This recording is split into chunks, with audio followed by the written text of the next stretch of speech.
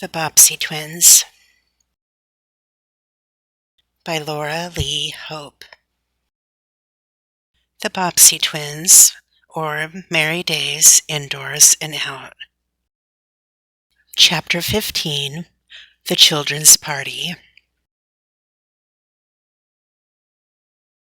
The little black kitten that Freddie had brought home from the department store was a great friend to everybody in the Bobbsey house, and all loved the little creature very much. At first, Freddie started to call the kitten Blackie, but Flossie said that wasn't a very aristocratic name at all. "I'll tell you what," said Bert jokingly, "let's call him Snoop." And in spite of all efforts to make the name something else, Snoop the cat remained from that time to the day of his death.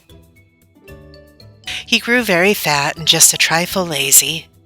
Nevertheless, he learned to do several tricks. He could sit up in a corner on his hind legs and shake hands, and when told to do so, would jump through one's arms, even if the arms were quite high up from the floor. Snoop had one comical trick that always made both Flossie and Freddie laugh. There was running water in the kitchen, and Snoop loved to sit on the edge of the sink and play with the drops as they fell from the bottom of the faucet. He would watch until a drop was just falling, then reach out with his paw and give it a claw, just as if he was reaching for a mouse.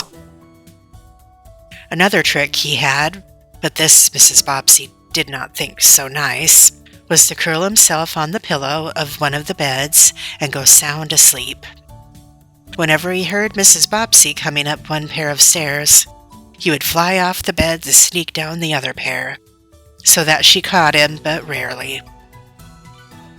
Snoop was a very clean cat and was continually washing his face and his ears.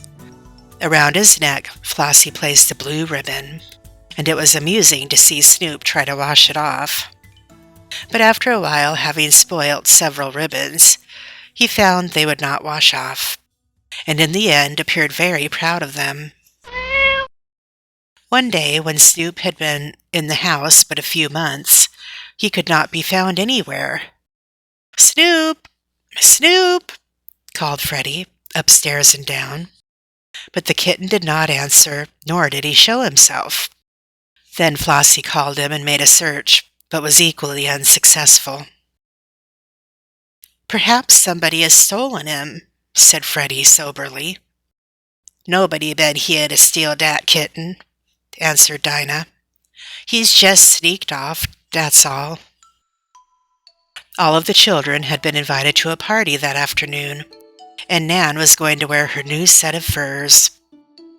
After having her hair brushed and putting on a white dress, Nan went to the closet in which her furs were kept in the big box. "Well, I never," she ejaculated. "Oh, Snoop, however could you do it?" For there, curled up on the set of furs, was the kitten, purring as contentedly as could be. Never before had he found a bed so soft or so to his liking. But Nan made him rouse up in a hurry, and after that, when she closed the closet, she made sure that Snoop was not inside. The party to be held that afternoon was at the home of Grace Levine, the little girl who had fainted from so much rope jumping. Grace was over that attack and was now quite certain that when her mama told her to do a thing or to leave it alone, it was always for her own good. "Mama knows best," she said to Nan. "I didn't think so then, but I do now." The party was a grand affair, and over 30 young people were present, all dressed in their best. They played all sorts of games, such as many of my readers must already know, and then some new games which the big boys and girls introduced. One game was called Hunt the Beans. A handful of dried beans was hidden all over the rooms, in out-of-the-way corners, behind the piano, in vases, and at the signal to start, every girl and boy started to pick up as many as could be found. The search lasted just 5 minutes, and at the end of that time, the one having the most beans won the game. "Now let us play 3-word letters," said Nan. And then she explained the game. "I will call out a letter, and you must try to think of a sentence of 3 words, each word starting with that letter. Now then, are you ready?" "Yes, yes," the girls and boys cried. "B," said Nan. There was a second of silence. "Boston baked beans," shouted Charlie Mason. "That is right, Charlie. Now it's your turn to give a letter." "F," said Charlie. "5 fat fairies," cried Nellie Parks. "4 fresh fish," put in another of the girls. "Nellie has it," said Charlie. "But I never heard of fat fairies, did you?" And this question made everybody laugh. "My letter is M," said Nellie, after a pause. "More minced mushrooms," said Bert. "More mean men," said another boy. "Mind my mule," said one of the girls. "Oh, Helen, I didn't know you had a mule," cried Flossie, and this caused a wild shriek of laughter. "Bert must love mushrooms," said Nellie. "I do," said Bert, "if they are in a sauce." And then the game went on until somebody suggested something else. At 7 o'clock, a supper was served. The tables were 2 in number, with the little girls and boys at one, and the big girls and boys at the other. Each was decked out with flowers and with colored streamers, which ran down from the chandelier to each corner of both tables. There was a host of good things to eat and drink. Chicken sandwiches and cake, with cups of sweet chocolate or lemonade, and then more cake and ice cream, and fruit, nuts, and candy. The ice cream was done up into various fancy forms, and Freddie got a fireman with a trumpet under his arm, and Nan a Japanese lady with a real paper parasol over her head. Bert was served with an automobile, and Flossie cried with delight when she received a brown and white cow that looked as natural as life. All of the forms were so pleasing that the children did not care to eat them until the heat in the lighted dining room made them begin to melt away. "I'm going to tell Dinah about the ice cream cow," said Flossie. "Perhaps she can make them."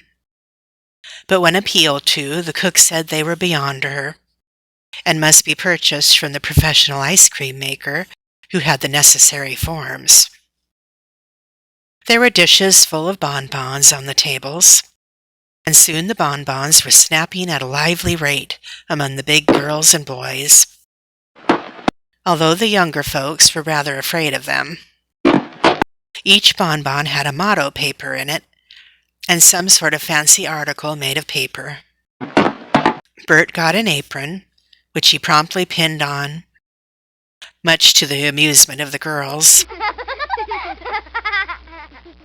Nan drew a workman's cap and put it on, and this caused another laugh. There were all sorts of caps, hats, and aprons, and one big bonbon, which went to Flossie, had a complete dress in it of pink and white paper. Another had some artificial flowers, and still another a tiny bottle of cologne. While the supper was going on, Mr. Levine had darkened the parlor and stretched a sheet over the folding doors. And as soon as the young people were through eating, they were treated to a magic lantern exhibition by the gentleman of the house and one of the big boys who assisted him. There were all sorts of scenes, including some which were very funny and made the boys and girls shriek with laughter. One was a boy on a donkey. and another 2 fat men trying to climb over a fence.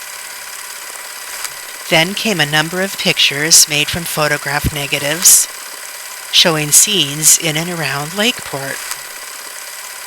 There were the lake steamer and the main street, and one picture of the girls and boys rushing out of school at dinner time. The last was voted the best of all, and many present tried to pick themselves out of this picture and did so. After the exhibition was over, one of the largest of the girls sat down to the piano and played. By this time, some of the older folks drifted in, and they called for some singing, and all joined in 6 songs that were familiar to them. Then the young folks ran off for their coats and caps and wraps, and bid their host and hostess and each other good night. "Wasn't it splendid?" said Nan on the way home. "I never had such a good time before." "Didn't last half long enough," said Freddie. "I want it to last longer next time." "I wanted my cow to last longer," said Flossie. "Oh, if only I could have kept it from melting."